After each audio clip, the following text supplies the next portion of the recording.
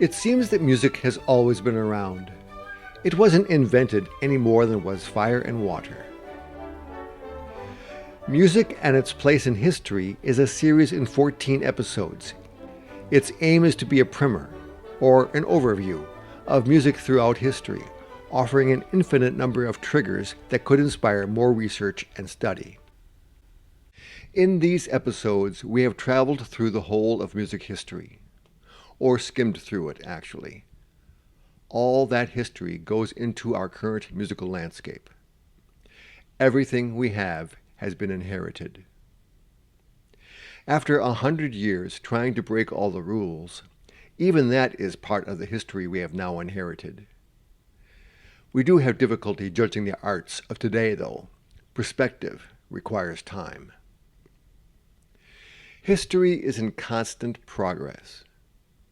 We can try to understand today, but by tomorrow, today will be history, and in time, the perspective gained might make our current thoughts obsolete.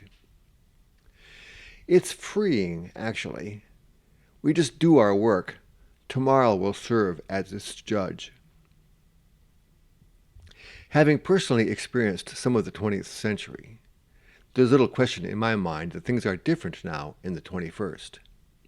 To a certain extent, how different things are is shocking, but it really shouldn't be. History tells us to expect it.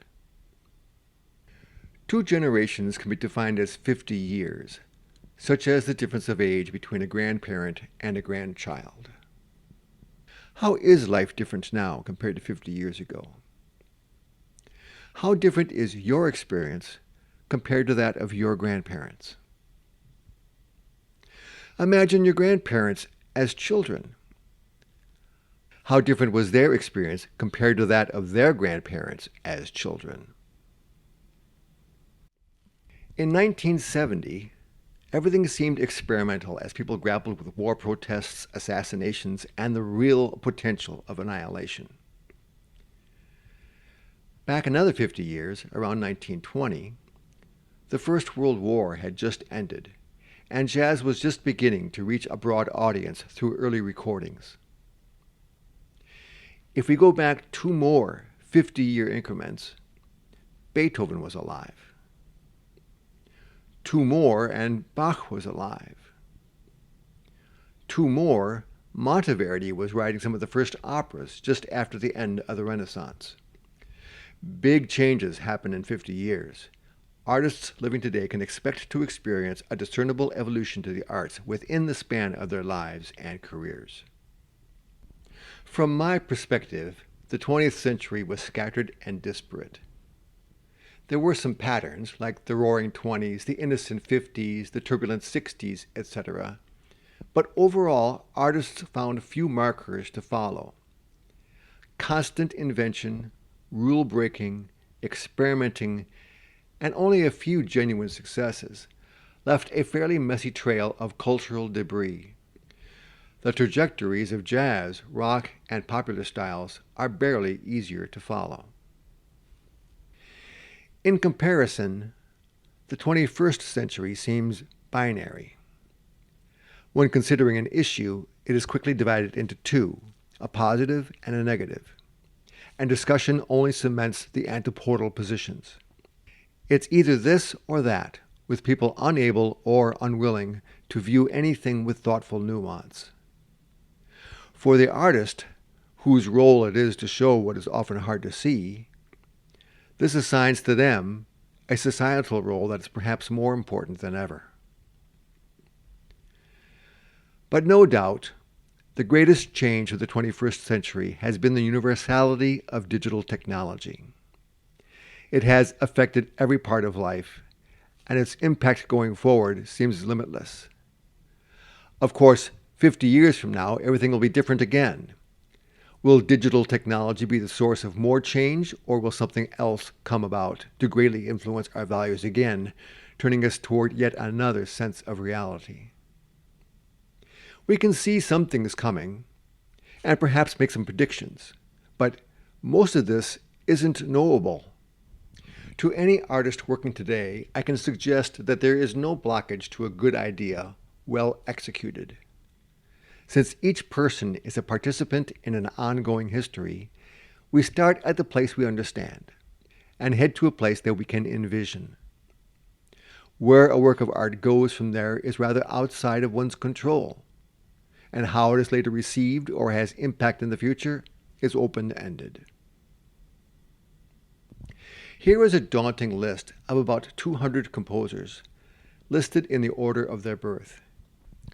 They have all written music in the 20th century, so the list starts with the late Romantics who straddled the last century, and the list ends with composers who are actively creating new work in the 21st. These are all so-called classical composers. The list doesn't include the thousands of other composers who have contributed to the popular music genres, jazz, film, and musical theater. One won't run across many of these names through the daily immersion in our commercially dominated culture. All the people on this list have been important in some way, and there are surely important names missing. You might notice that as the list gets closer to current times, fewer and fewer of the names are represented in the standard repertoire. There isn't any way to know now which composer's music will carry forward and whose will be eventually forgotten. By the time we enter the 22nd century, the list of 20th century composers should be easy to call. And by the 23rd century, we'll be able to have perspective on the 21st. This list is a tool to help us develop some critical understanding about music being written today. From the broad sweep of the 20th century, we land in the 21st, and here we are. How much does the music of the 20th century inform us about the 21st? Let's find out. Over the next 20 minutes, I'll give you a sampling from the list, a relatively short excerpt of a few dozen, more or less in chronological order of their composition. I'll include many composers that we haven't otherwise had a chance to discuss. Each work will be identified as it is heard. You'll hear the trends through time, from Romanticism to modernism, to individualistic sidebars, to anti-modernism, to minimalism, and on toward the current times.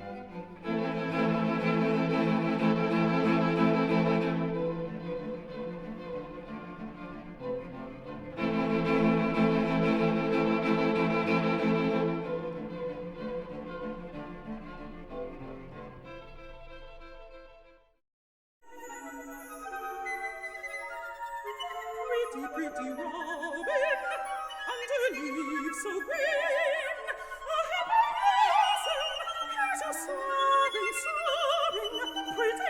pretty robin near my bosom.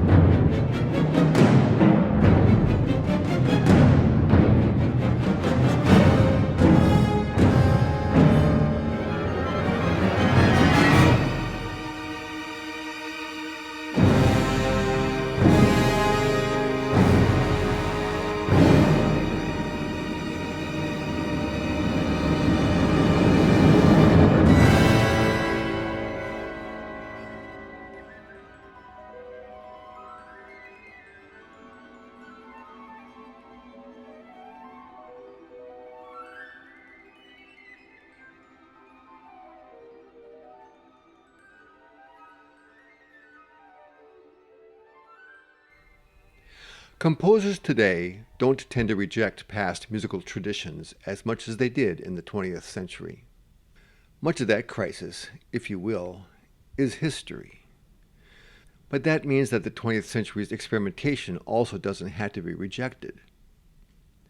The interest of many current composers is to incorporate elements from disparate styles and techniques into their language. Sometimes this makes for a hybrid style, and many composers today exhibit some eclecticism. But increasingly, the result isn't a collage of style, but a language that comes from a composer's personal approach to assimilation and blending. That same thing can be said for the popular genres. Jazz and blues have long intermingled with rock, which has intermingled with country, and rap is appearing in everything from soul to musical theater. Every influence is available, and as the mix becomes more sophisticated, the delineation of genre is sometimes fairly irrelevant. Technology has provided new opportunities for composers to get their music to audiences. Orchestral commissions, record contracts, publications, and concert programming, they all still exist. But now, computer processing, software, streaming services, web distribution has meant that anyone can enter the field with some personal initiative.